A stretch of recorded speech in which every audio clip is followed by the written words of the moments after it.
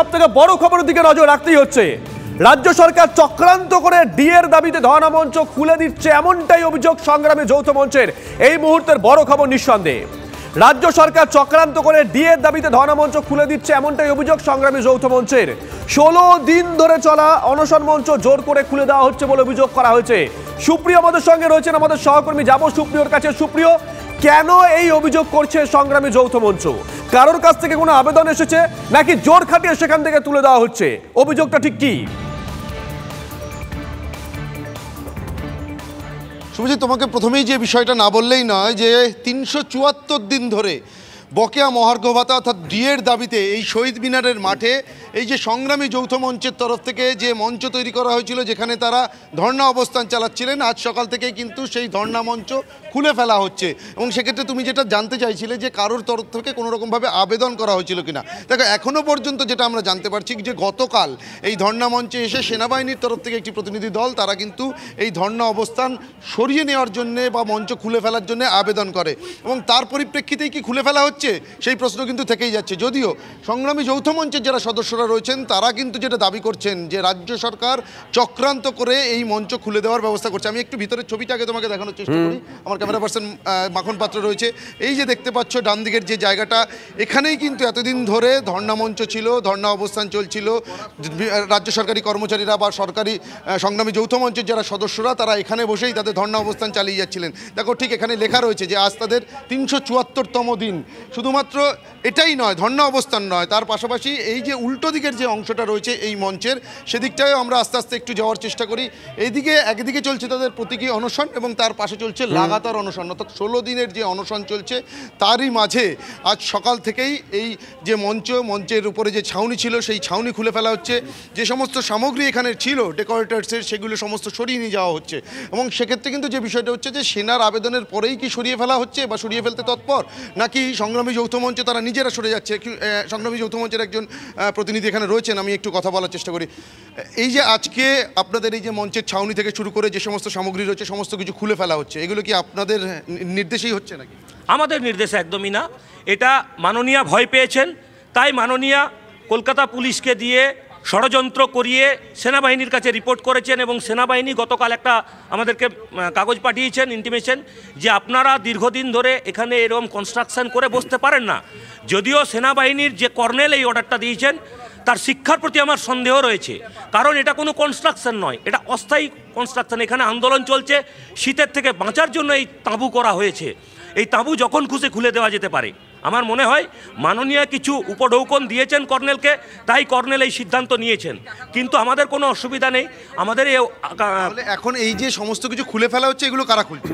এটা কলকাতা পুলিশের নির্দেশে প্যান্ডেলের লোক যারা প্যান্ডেলটা করেছিলেন মঞ্চটা তারা খুলছেন, কলকাতা পুলিশের নির্দেশে। তো সেক্ষেত্রে আপনাদের এই যে ধর্ণা অবস্থান চলছিল আজকে 374তম দিন, তার পাশাপাশি অনশন চলছে, এগুলোর কি ভবিষ্যৎ? তাহলে আপনাদের যে বকেয়ার মহার্ঘ ভাতা সহ বিভিন্ন দাবি দাওয়া রয়েছে, সেই দাবি দাওয়াগুলোর কি ভবিষ্যৎ? আমরা এই মঞ্চ তো তুলে দিতে কারুর ক্ষমতা নেই, কর্নেলেরও ক্ষমতা নেই, কারুর ক্ষমতা নেই, কারণ আমরা মহামান্য হাইকোর্টের রায় নিয়ে এখানে বসেছি। আমাদের ওপর থেকে, মাথার ওপর থেকে ছাদটা কেড়ে নিন, কোনো অসুবিধা নেই। আমরা খোলা আকাশের নিচে কিন্তু এই আন্দোলন চালিয়ে নিয়ে যাব। এই আন্দোলনের ফসল আপনারা দেখেছেন, 9,500 প্রাইমারিতে নিয়োগ, সেখানেও দুর্নীতি করছে। পোস্টিংয়ের ক্ষেত্রে বিভিন্ন জায়গায় বিভিন্ন জেলায় তারা টাকা নিয়ে নিজের মতো, মানে সুপ্রিয়, ওনারা কি একই জায়গায় খোলা আকাশের নিচে বসে থাকবেন?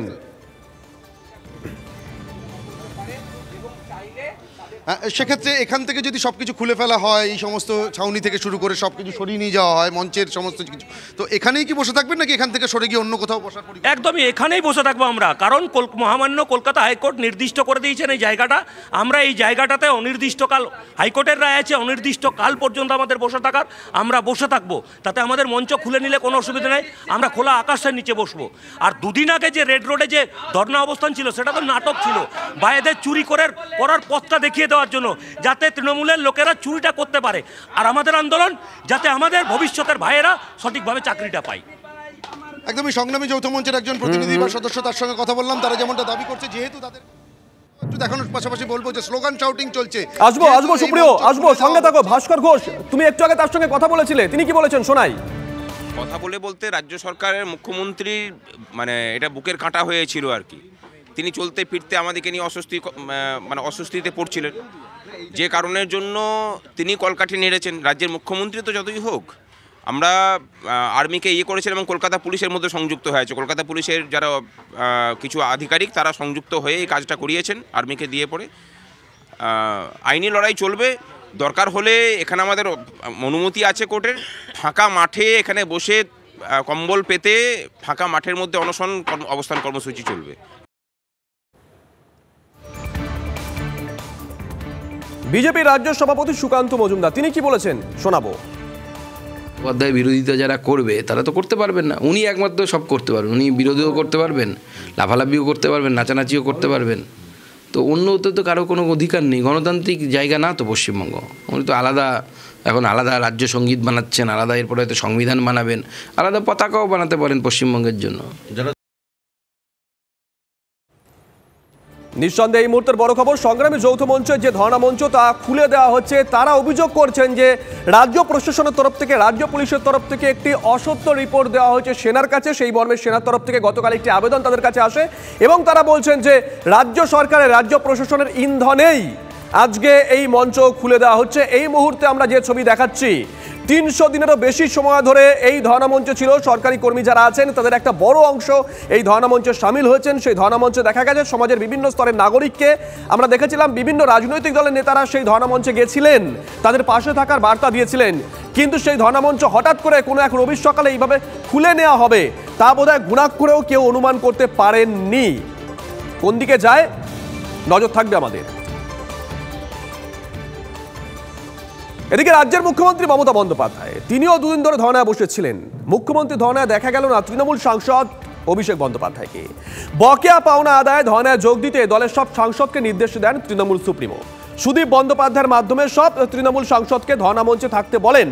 সব সাংসদ উপস্থিত থাকলেও ধর্নায় দেখা যায়নি তৃণমূলের সর্বভারতীয় সাধারণ সম্পাদককে। অভিষেকের গড় হাজিরা নিয়ে জল্পনা তুঙ্গে। প্রশ্ন উঠছে, তাহলে কি নেত্রীর নির্দেশ অমান্য করলেন অভিষেক?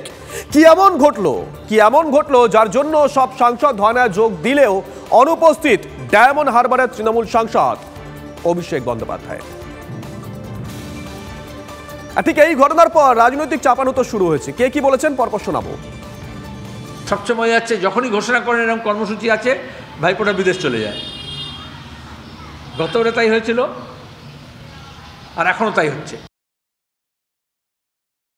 তার পিসি ভাইপোর ব্যাপার, তার সোজা কথা বলছি, ভোটার কার্ডের ইলেকশন কমিশনারকে কীভাবে আবার পোলারাইজ করবে, কীভাবে কী করবে সেসবও হতে পারে। আমাদের কাছে খুব চিন্তার বিষয়, আমরা এটাকে নিয়ে লড়ব। দুর্নীতি যার একমাত্র আশ্রয়, তার ভাগাভাগি নিয়ে যখন লড়াই, তখন পরিবারের মধ্যে তার প্রভাব পড়তে বাধ্য। এখানেই লুকিয়ে থাকুন বা উনি আসুন বা না আসুন, রাজ্যের মানুষ এটা চান যে দুর্নীতির দুই মাথা উপযুক্ত শাস্তি পায়। লোক বলছে হেমন্ত চলে গেছে, বসন্ত আসছে। লোক এটাও বলছে যে হেমন্তের পিসি হয়েছে, পুলিশ কাস্টডি হয়েছে, এবার পিসি ভবিষ্যতে হবে কিনা এবং সাথে ওনার ভাইপোর, সেটাই দেখার। তাহলে ধর্ণা ভাইপো দেবে না ধর্ণা পিসি দেবে, এটাতে আমাদের কোনো বাড়তি আগ্রহ নেই। কিন্তু যে যাই ধর্ণা দিক না কেন, শেষ বিচারে 6 তারিখে দিল্লি গিয়ে একেবারে বিজেপি RSS এর নেতাদের পায়ে পড়বে, আমায় ক্ষমা করো প্রভু।